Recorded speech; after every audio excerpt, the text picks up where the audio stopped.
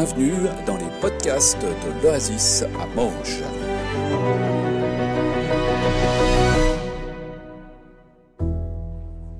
Merci Thibaut pour cette fabuleuse intro. C'est toujours une joie de pouvoir venir partager avec vous un message, même si parfois c'est défiant et parfois ça m'a coûté des nuits un petit peu courtes. Après, c'est une question de savoir aussi gérer son planning, c'est comme ça. Mais c'est une joie de pouvoir partager ensemble et puis de vivre aussi ensemble voilà, qu'il y a une dimension de la parole de Dieu. Et puis je me réjouis ce matin aussi qu'on ait la louange après le message pour pouvoir aussi voilà, vivre un peu différemment ou peut-être approfondir un petit peu ce qu'on a reçu ou ce que le Seigneur nous a donné dans le temps de louange. Ce matin, j'aimerais d'abord commencer par vous faire un petit peu travailler votre imagination. Activer le mode imaginaire. Et puis si vous avez besoin pour vous aider, je vous invite à fermer les yeux et puis écouter ce que je vais vous raconter. Imagine que toi, ta famille, tes amis proches, vous vivez dans une société, un pays où ça s'effondre. Essaye d'imaginer le manque de ressources, peut-être le manque de nourriture, le manque de lois, de personnes pour faire respecter les lois. Autour de toi, ça tourne à la guerre civile, mais tu n'as nulle part ailleurs où aller. C'est le désespoir autour de toi. Mais il y a quelque part, très loin, une île, un pays, un royaume où tout est différent. Il y a l'abondance, il y a la paix, le respect, l'amour. Et toi, tu rêves de ça. Tu rêves de ça pour toi, mais aussi pour ta famille, tes proches, pour les gens que tu aimes. Alors tu ne veux pas céder au désespoir. Cela fait des mois, des années que tu écris des lettres. Tu écris tous les jours à la préfecture de ce royaume. Tu t'adresses à eux. Tu leur expliques que tu aspires à pouvoir vivre cette paix, cet amour et le partager avec eux. Tu fais tout ce qui est possible pour déjà le vivre et le partager autour de toi malgré les circonstances. Mais c'est dur. Quelque part, tu espères qu'un jour, tu auras une réponse, une invitation, un visa pour déménager dans ce pays, même si ça te coûte peut-être de quitter ta maison, quitter tes richesses et peut-être devenir un simple ouvrier ou un serviteur dans ce royaume. Changer de vie pour vivre dans un monde meilleur. Dans une patrie où il n'y a pas toute cette souffrance, cette haine, ce désespoir. Et un jour, tu reçois une lettre cachetée de ce pays, de cette patrie dont tu espères tant une réponse. Tu t'empresses, tu l'ouvres, et là tu lis que tu peux recevoir chez toi un ambassadeur de ce royaume. Et qu'actuellement, cet ambassadeur n'est pas si loin de chez toi. À 60-70 km. Tu décides d'envoyer 3 personnes pour aller chercher cet ambassadeur et l'inviter chez toi. Pendant qu'ils y vont, tu te prépares à le recevoir chez toi et tu invites également toute ta famille, tes proches. Ça va être un moment si important.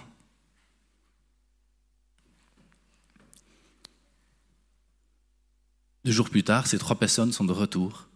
Et avec eux, l'ambassadeur et quelques autres personnes. Tu les accueilles chez toi. Et là, l'inattendu se produit. Non seulement l'ambassadeur accepte de venir chez toi, de rencontrer toutes les personnes que tu as invitées, mais il te dit que tu es accepté dans son royaume, sa patrie, que tu peux déménager. Pas juste toi, mais toute ta famille, tes amis qui sont tous présents ici. Tu n'es pas juste le bienvenu, tu reçois un passeport du pays. Et non pas pour y devenir un simple ouvrier ou un serviteur, tu reçois pour chaque personne qui est là, chez toi, un certificat d'adoption de la famille royale. Quelle joie, quelle espérance.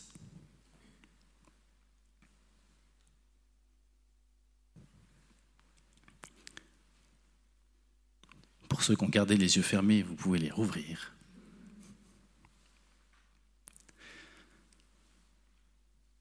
Cette histoire un peu paraphrasée, c'est un petit peu l'histoire qu'a vécue Corneille. Corneille, un centurion romain du 1er siècle. Et on trouve son récit dans les Actes, dans Acte 10. C'est un petit peu long de lire tout Acte 10 ce matin ensemble. Pour ça, je vais vous inviter à regarder une petite vidéo faite par Bible Project, enfin un extrait, qui résume un tout petit peu cette histoire, et puis on lira juste la fin du chapitre de Acte 10. Alors, on peut mettre la vidéo. Dans la ville portuaire de Césarée, il y avait un centurion romain du nom de Corneille, qui incarnait à lui seul tout ce que le peuple juif détestait chez l'occupant romain. Un ange lui est apparu et lui a dit de faire venir un dénommé Pierre.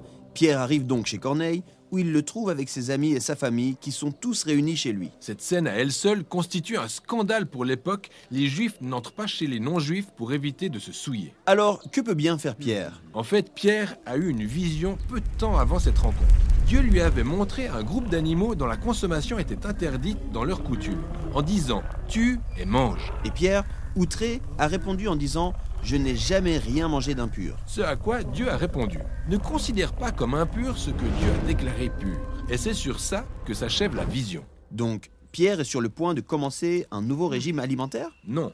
En tant qu'Israélite, il a toujours respecté les lois sur les restrictions alimentaires qui font partie de sa coutume. Cette vision le préparait pour le moment où il devrait se tenir devant des non-israélites, qualifiés d'impurs. Et c'est là qu'il comprend que Dieu était en train d'assimiler ces gens à la famille d'Abraham. Pierre décide donc de rester pour leur parler de Jésus. Et le Saint-Esprit se manifeste exactement comme il l'avait fait à la Pentecôte. Sauf que cette fois, c'est un centurion romain et sa famille non-juive qui en bénéficient. Le mouvement a explosé les barrières. Le mouvement a explosé les barrières. Le mouvement du Saint-Esprit, de la vie du Saint-Esprit dans l'Église. Pas juste l'Église locale, mais dans tout ce qui composait l'Église d'alors et puis ce qui allait en devenir. Et je vous invite à lire ensemble la fin d'Acte 10, les versets 34 à 48. Alors Pierre prit la parole et dit : « Maintenant, je me rends compte vraiment que Dieu ne fait pas de différence entre les hommes. Au contraire, parmi tous les peuples, tout homme qui le craint et qui fait ce qui est juste lui est agréable. Il a adressé sa parole aux Israélites pour leur annoncer la paix par Jésus-Christ, qui est le Seigneur de tous les hommes. Vous savez ce qui s'est passé, à commencer par la Galilée, puis dans la Judée, après que Jean a appelé une foule à se faire baptiser. Ensuite, Dieu a oint Jésus de Nazareth en répandant sur lui la puissance du Saint-Esprit. Celui-ci a parcouru le pays en faisant le bien et en guérissant tous ceux qui étaient tombés sous le pouvoir du diable, car Dieu était avec lui. Nous sommes les témoins de tout ce qu'il a fait, dans le pays des Juifs et à Jérusalem, où ils l'ont mis à mort en le clouant à la croix. Mais Dieu l'a ramené à la vie le 3e jour et lui a donné de se montrer vivant. Non à tout le peuple, mais aux témoins que Dieu avait lui-même choisi d'avance, c'est-à-dire nous. Et nous avons mangé et bu avec lui après sa résurrection. Jésus nous a donné l'ordre de prêcher au peuple juif et de proclamer que c'est lui que Dieu a désigné pour juger les vivants et les morts. Tous les prophètes ont parlé de lui en disant que tout homme qui croit en lui reçoit par lui le pardon des péchés. Alors que Pierre prononçait ces mots, l'Esprit Saint descendit soudain sur tous ceux qui écoutaient la parole. Les croyants juifs qui étaient venus avec Pierre furent très étonnés de voir que l'Esprit Saint était aussi donné aux non-juifs et répandu sur eux. En effet, ils les entendaient parler en différentes langues et célébrer la grandeur de Dieu. Alors Pierre demanda : « Peut-on refuser de baptiser dans l'eau ceux qui ont reçu l'Esprit Saint aussi bien que nous. Et il donna ordre de les baptiser au nom de Jésus-Christ. Ensuite, ils le prièrent de rester encore quelques jours avec eux.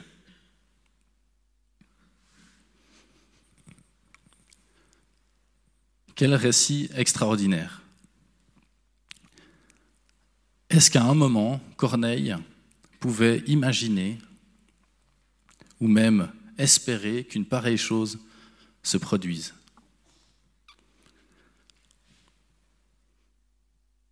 À quel moment les disciples auraient pu imaginer que le Saint-Esprit se révèle de cette manière aussi chez les païens, chez les Romains, l'occupant?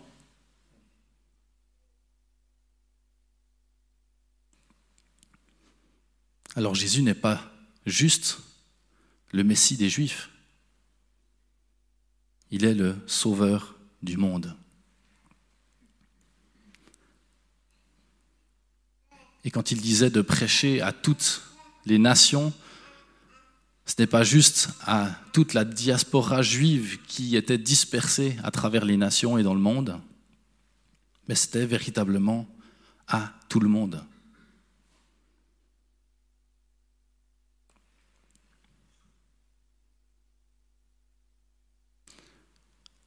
Lorsqu'on lit ce texte, ou en tout cas lorsque j'ai repris ce texte et j'ai relu, je me suis dit, je ne sais pas si on mesure exactement ce qu'il représente pour nous, ce texte, ce récit, ce qui s'est passé à ce moment-là. Ce texte, c'est la porte qui s'est ouverte pour que chacun d'entre nous, bien qu'on ne soit pas juif, nous recevions également le statut d'enfant de Dieu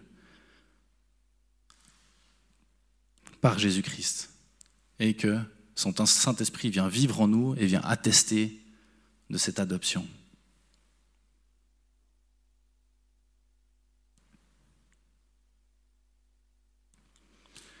Je trouve que Dieu, il a une manière assez extraordinaire de réaliser son plan de rédemption, à préparer les événements à l'avance, et puis à nous préparer à les vivre lorsqu'il nous appelle. C'est l'exemple de Pierre. On voit, alors c'est vite résumé dans la vidéo que vous avez vue, mais enfin voilà. Dieu a parlé à Corneille, et puis il a fait comprendre qu'il fallait qu'il fasse venir Pierre, mais il ne savait pas exactement voilà, qu'est-ce qu'il va me dire, qu'est-ce qui pourra m'apporter. Enfin, voilà. Et puis Pierre, il a eu cette vision, il ne comprenait pas exactement non plus, ok, voilà, mais Dieu lui a parlé. Et puis ton coup, les chemins se croisent, les choses se coordonnent.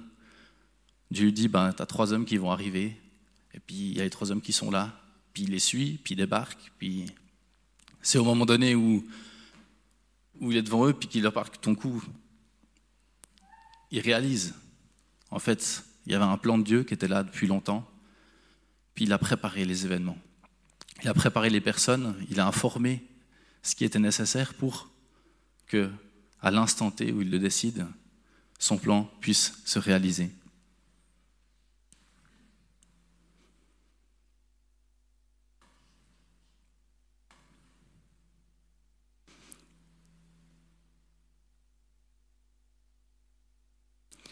Lorsque Dieu a un plan, alors que Jésus m'appelle à le servir, que le Saint-Esprit vient diriger mes pas, qui suis-je pour aller contre ce que Dieu a initié? Et puis c'est un petit peu cette révélation qu'on peut voir que Pierre il a dans ce texte.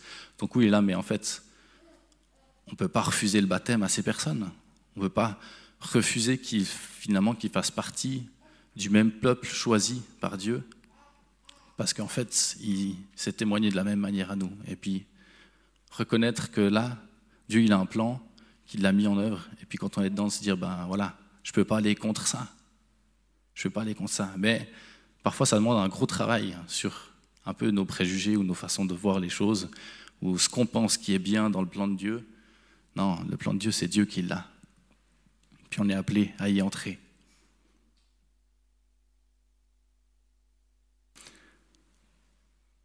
La vie de l'Esprit Saint, c'est une puissante bénédiction. C'est une puissante bénédiction pour nous dans nos corps, mais elle doit aussi être accompagnée de cette obéissance à celui qui est la parole de vie, obéissance à celui qui a fait de nous des ambassadeurs de son royaume, et que guidés par cet esprit, on puisse être en marche, en avant, porteurs de ce royaume.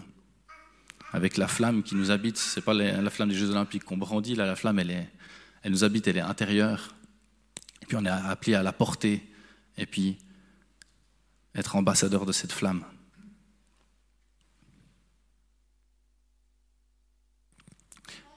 Je ne vais pas faire beaucoup plus long ce matin, parce que je crois que ce qu'on a à vivre, à réaliser, c'est cet accueil de Dieu, cette joie de l'Esprit qui est venu habiter en nous, et puis de réaliser cette chance de cette promesse qui s'est élargie, et puis qui nous a tous atteints.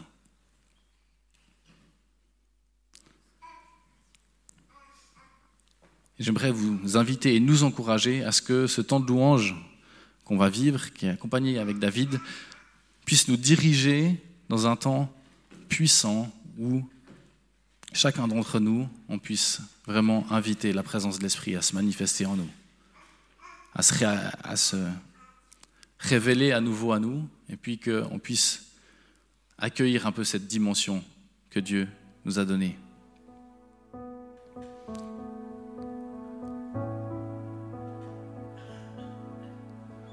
Ça puisse être un temps où on a cette joie d'avoir une espérance qui nous a été offerte par Jésus-Christ. Et aussi peut-être un temps où le Saint-Esprit va nous révéler des choses, peut-être sur une situation de vie, peut-être sur un appel plus profond ou une œuvre dans laquelle il veut nous voir agir.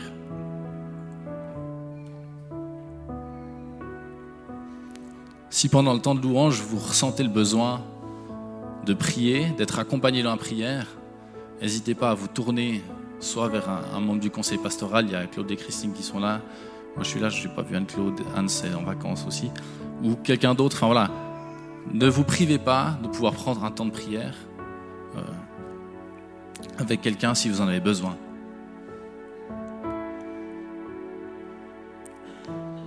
Qu'on ne se prive pas de la bénédiction que c'est de vivre la famille de Dieu, puis d'avoir été tous réunis. Même si on est tellement différents, même si on est d'origine différente, même si on est de peuples différents, on a tous eu cette même promesse de l'Esprit qui s'est répandue, puis qui est venu nous accueillir chacun, puis nous dire chacun, tu es enfant de Dieu, je t'ai adopté. J'aimerais vous inviter juste avant de prendre le temps de louange, si vous le souhaitez, à vous lever et puis qu'on puisse ensemble prier. Je vais faire une prière, puis si vous souhaitez vous joindre à moi, que vous puissiez le faire dans votre cœur.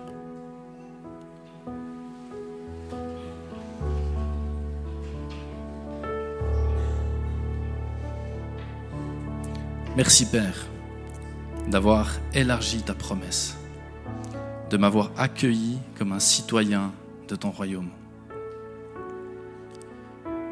Merci Jésus d'avoir payé le prix de ma vie pour que je puisse être appelé ton frère, d'avoir fait de moi un enfant de Dieu. Merci Saint-Esprit d'être venu établir ta demeure dans ma vie. Saint-Esprit, viens délier ma langue pour faire de moi un ambassadeur d'espérance dans ce monde. Saint-Esprit, viens détruire mes préjugés. Aide-moi à accueillir dans ta famille chaque personne vers laquelle tu m'appelles. Jésus-Christ, Sauveur du monde, Sauveur de ma vie, donne-moi le courage d'être porteur de ton espérance, de tes bénédictions, pour ma famille, pour mes amis et pour mon entourage. Amen.